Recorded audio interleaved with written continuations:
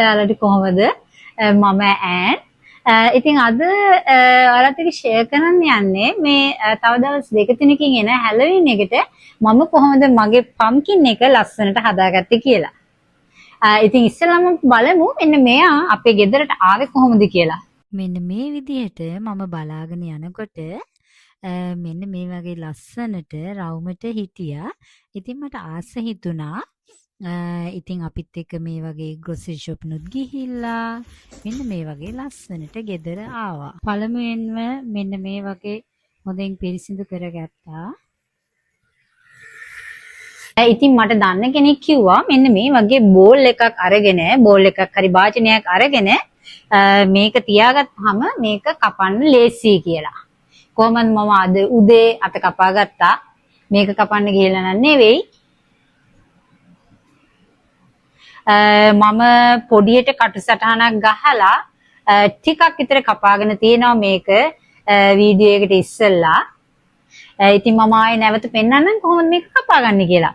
ඉතින් අපි බලමු. මාකර් එකක් නම් ගොඩක් හොඳයි. නමුත් මම පෑනින් ඇඳ ගන්නවා මෙන්න මේ විදිහට. මෙන්න මේ විදිහට S2 මෙහෙම ත්‍රිකෝණාකාරව තමයි ඇඳගන්නේ. ඊට පස්සේ මේ විදිහට අපි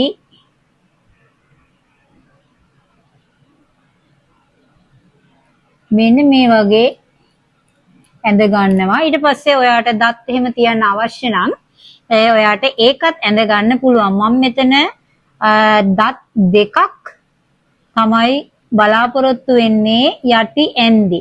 එතකොට අපිට ඒක ඒ විදිහට ඇඳ ගන්න පුළුවන්. මම ටිකක් ලං කරන්න. පිහි ಜಾති දෙක තුනක් ගත්තා. නමුත් මම ගොඩාක් වෙලාවට වැඩ කරන්නේ පොඩි පිහියකින්. ඉතින් මම ඒක පාවිච්චි කරන්නම්. ඉතින් ඇඳගත්ත විදිහට ඉස්සෙල්ලාම අපි ඇස් වලින් පටන් ගමු.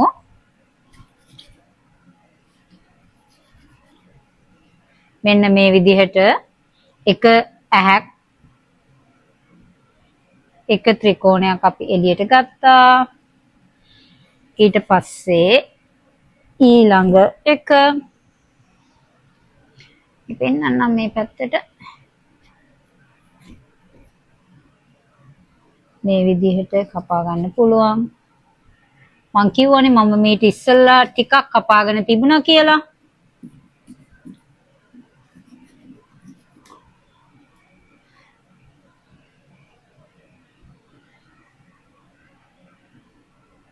ඉතින් මෙන්න මේ වගේ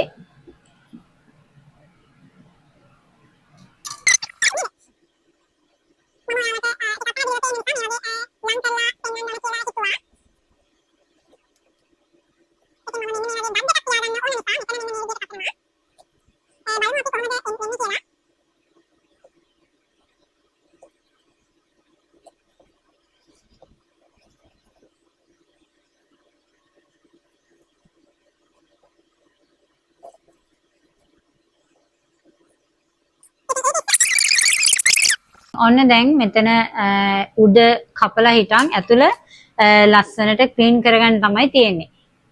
ඉතින් මම ඉස්සෙල්ලා කිව්වා වගේ මම නම් ආසි චූටි පිහියකට මෙතනත් අපි අර ඇඳ වගේම ඇඳ ගන්න පුළුවන්.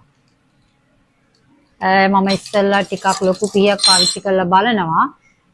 අපිට ටක් ගාලා මේක කපා ගන්න පුළුවන් නේ. බලමුකෝ කොහොමද කියලා. නැහැ. මට පහසු මේක තමයි.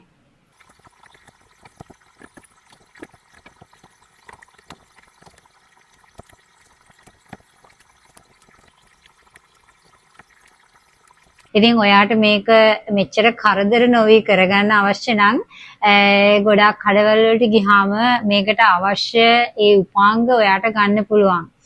ඉතින් දැන් මම මේ පළවෙනි වතාවට තමයි මම මේ පම්කින් එකක් ලෑස්ති කරන්නේ හැලවින් වලට. ඉතින් ඒක නිසා මම ගෙදර තිබ්බ දේවල් තමයි මේකට පාවිච්චි කරන්නේ. ඉතින් අපි හදලා බලමු කොහොමද කියලා. මාත් එක්කලා ඉන්නේ මම කැන්ඩල් එක එහෙම දාලා පෙන්නන්නම් කොහොමද ලස්සනද කියලා.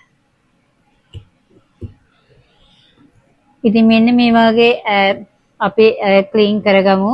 මෙන්න මේ වගේ අතත්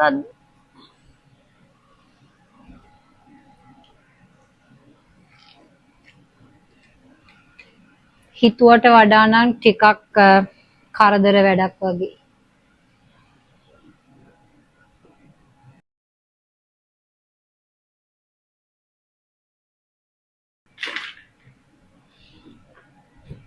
මෙන්න මේ විදිහට ලස්සනට ඇතුළ ක්ලීන් කරගන්න පුළුවන්. මෙන්න මේක එහෙම වීසි කරන්න එපා.